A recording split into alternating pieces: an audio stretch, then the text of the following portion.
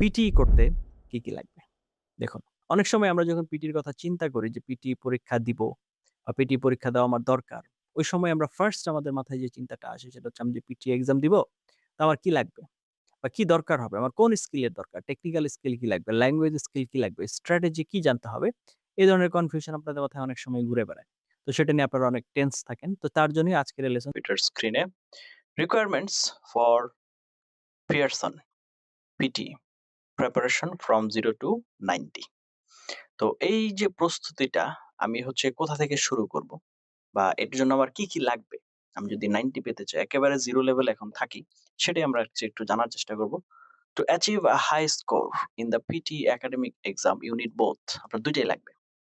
English language স্কিলসও লাগবে, technical exam স্কিলসও লাগবে। Many students only study grammar or vocabulary and ignore exam techniques. However, PT is highly computer based and strategy oriented. ২ টা phrase আমি আপনাদেরকে ব্যবহার করে দিয়েছি।